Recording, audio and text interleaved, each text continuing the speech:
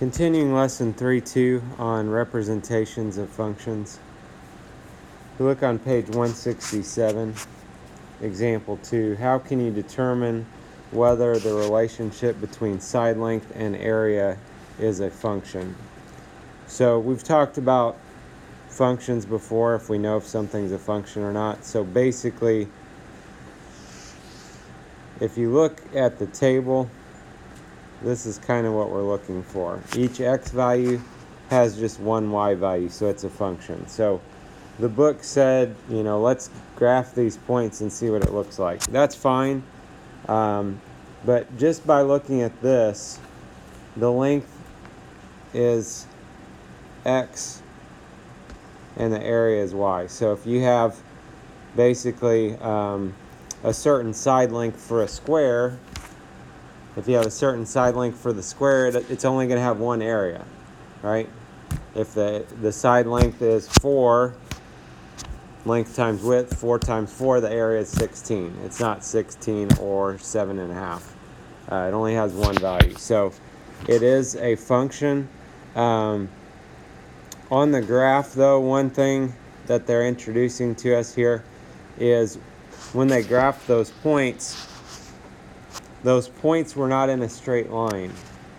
So if they're not in a straight line, that's called a nonlinear function. Okay, nonlinear function if something's not a straight line. It's still a function, it's just it doesn't make a straight line, so we'll call it a nonlinear function. So before we look at example 3, example 3 is talking about whether these graphs represent functions or not, and an easy way to figure that out is by using what's called the vertical line test. Vertical line test says if you draw vertical lines, they will only intersect the graph once if it is a function. Okay, if we draw vertical lines, if it intersects the graph more than once, then it's not a function. So on example 3, we can look at these graphs. We can draw vertical lines and see whether these are functions or not. So vertical lines go straight up and down. So if we take this line, if we just draw some vertical lines here,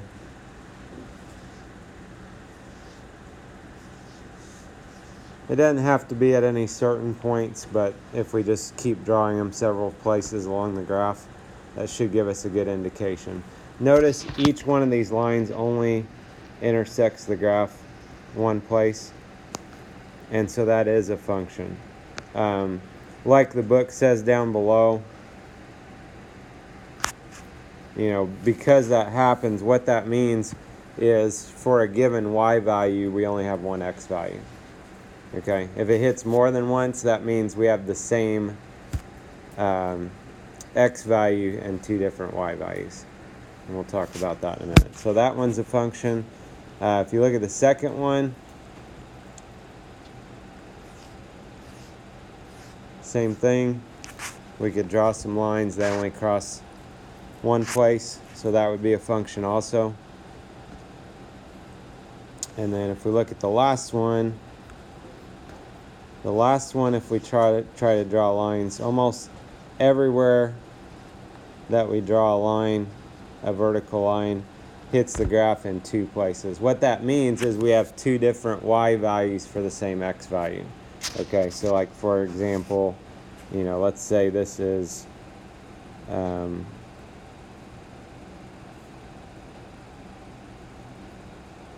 like the 0.16 up here maybe.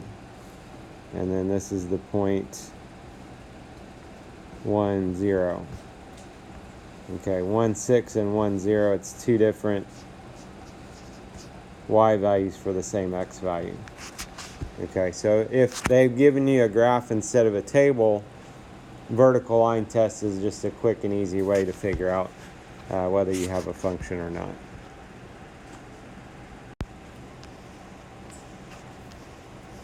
If you look at the triad, it says draw a graph that represents a linear function.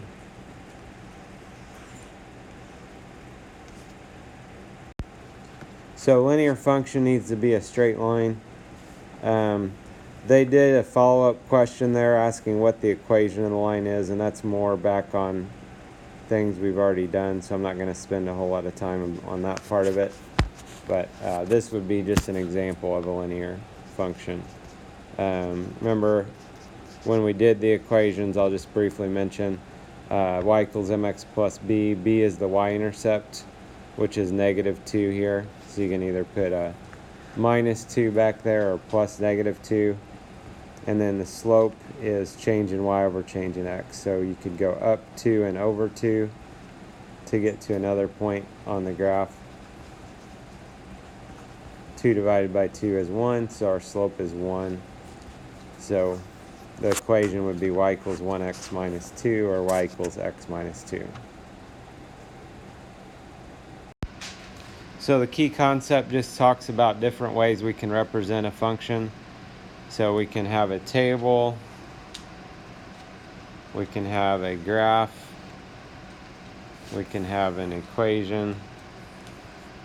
Okay, all those are just different ways of representing a function. And then the last part over here just mentions about if it's not a straight line, then it's nonlinear function. And then a linear function is a straight line.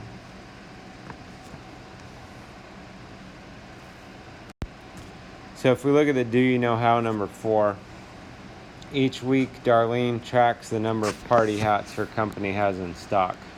The table shows the weekly stock. Is the relationship a linear function? Use the graph below to support your answer.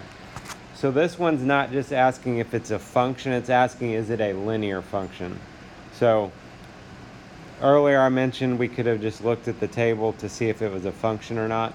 To see if it's a linear function, since they already have a graph even drawn for us here, it's probably just as well to go ahead and just graph these points and see.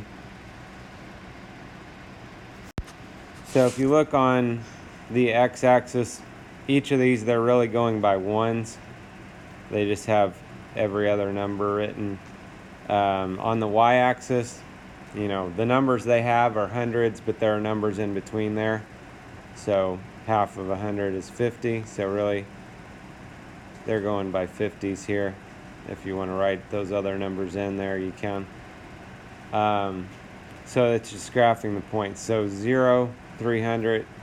Notice the weeks is like our x, and the party hats is like our y. So this is like graphing the point 0, 300. 1, 250. 2, 200. 3, 150. 4, 100. And 550.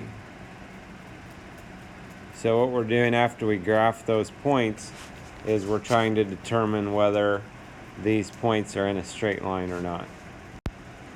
So these points are in a straight line. We could draw a straight line that would go through all these points. And so we could say yes.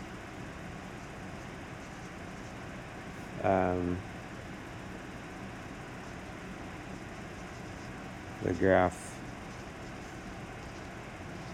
is a straight line.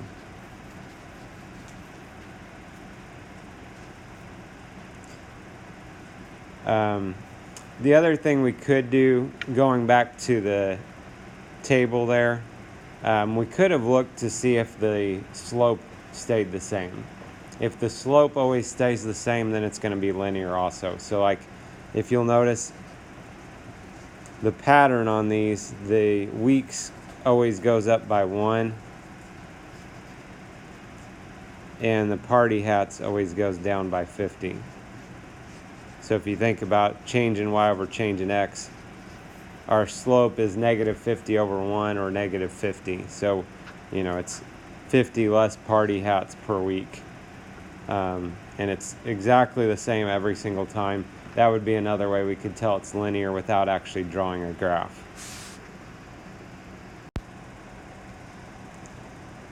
So number 5, how can Darlene use the graph above to know when to order more party hats?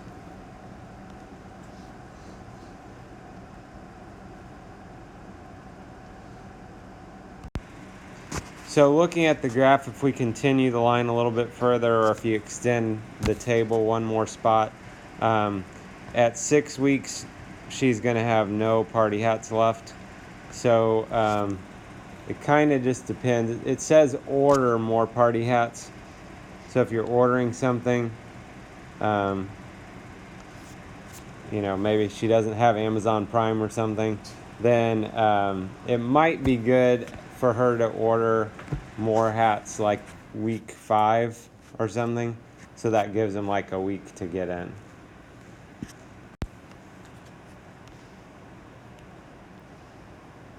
So a way to write that, just say something like she could order more hats at 5 weeks to make sure they come in before she runs out of hats. So if you look at workbook page 41, number 1, they want us to tell whether the graph represents a function. This one's just as individual points, so it's not connected all like what we did earlier. You're still allowed to draw vertical lines if you want. Just understand if there's not a point there, there's probably not a reason to draw a line. Like I could draw a line here where x equals 2, but there's no points there, so it really doesn't help me out. And again, basically what we're doing, our vertical lines shouldn't hit more than 1 point if it's a function. So this one is a function. Again, we could say that you could either just say each x value has one y value, or each input has just one output, or you could say, actually a reasoning you can give as you do these, you can say it passes the vertical line test. That's another way you can say that.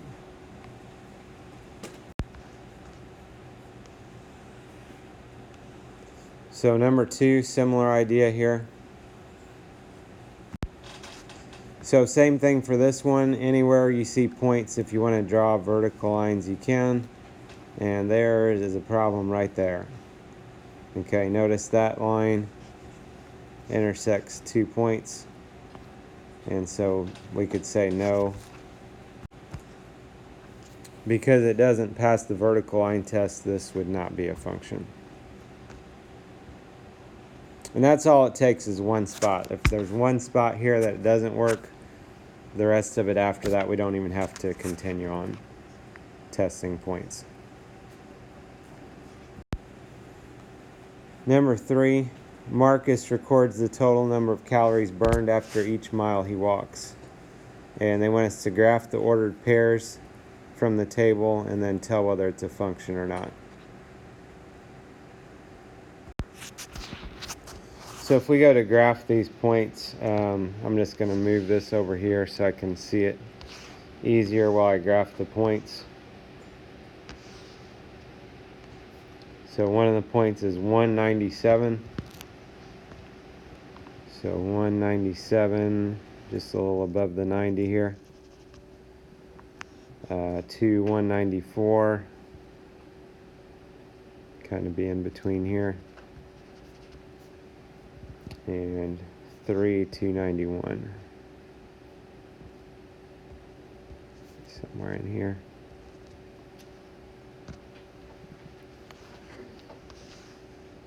Okay, so those would be the points graphed, and then part B asks whether the relation is a function. So this would be a function. We could either say it passes the vertical line test, or we could say each x value has one y value, however you want to say that. Okay, in other words, if he is walking a certain number of miles, he's only burned one amount of calories. And that one, in this example, that's what's happening. Understand realistically, it potentially could be changed by how fast you're walking might affect how many calories you're actually burning. Okay, more intense exercise, you might be burning calories quicker, but with what they're doing here, that's what's going on, so we'll just go with it. Number 5, Robert swims a lap in the pool. His coach graphs his distance from the starting block. So determine whether each graph is a function.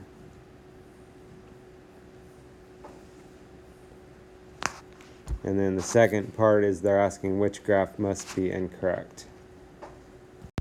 So the first graph, if you look at that, it's already graphed for us, so easiest way probably is to do that vertical line test. So that one we could say yes.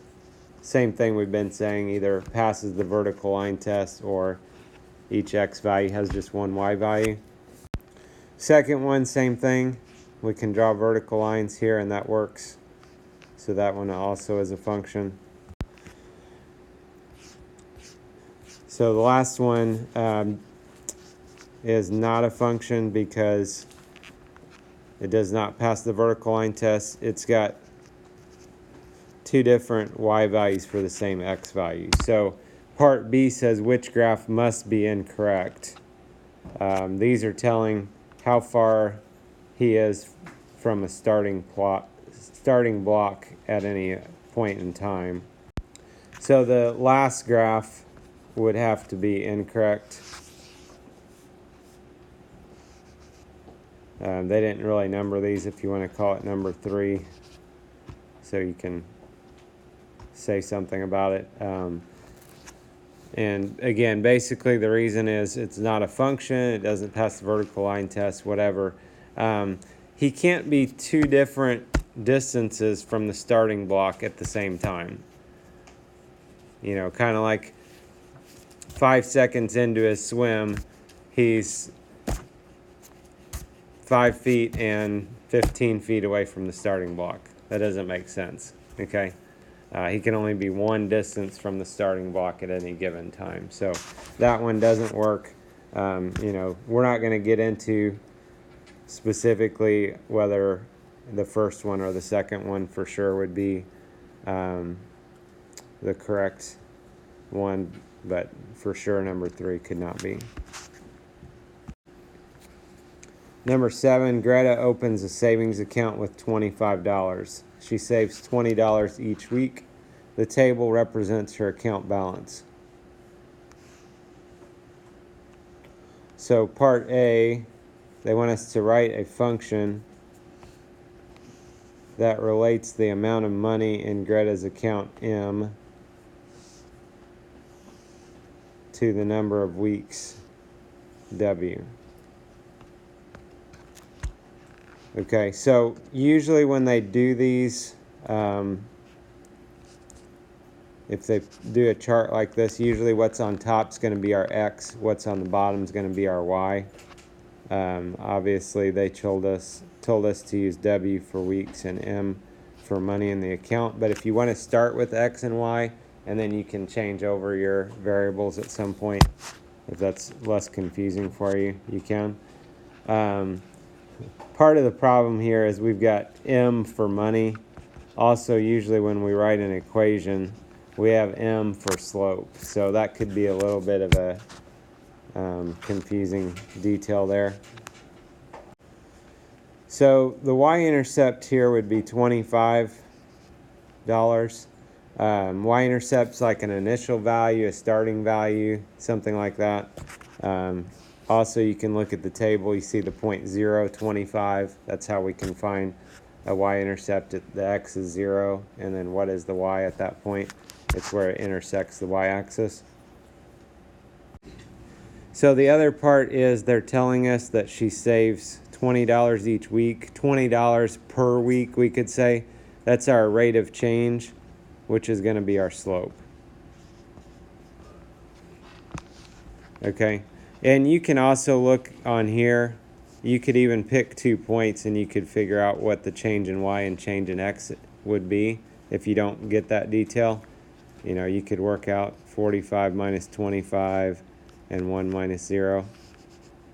and you would get 20 divided by 1, which is 20. Okay, so that would be our equation, other than we need to use different variables here. So instead of y, we're going to put m. Instead of x, we're going to put w. So this would actually be our equation. So the amount of money she has is $20 times the number of weeks plus the $25 that she started with. So part B asks if it's linear or nonlinear. One way we could do is by graphing that. The other thing is, like I mentioned earlier, if the slope is the same, like this keeps going up by 20 for every 1 week, so our slope is staying at 20. Slope tells me what direction a line's going and how steep it is. So if the slope stays at 20 all the way through, that tells me it's a straight line. If I can write it in an equation, this is another way. If you can write it in an equation in that y equals mx plus b form, then it's going to be linear also. Okay, so we could say yes.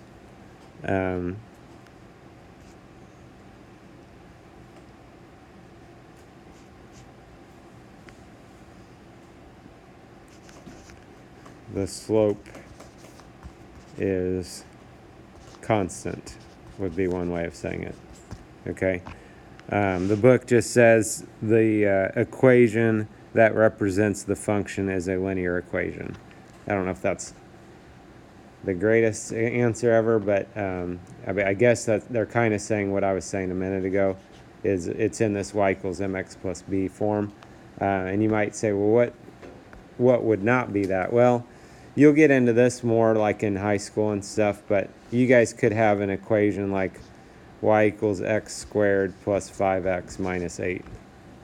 Okay, that's got an x squared in it. Even if it didn't have an x term, even if it was just like y equals x squared minus 2, that's got an exponent. That's not going to be a linear function.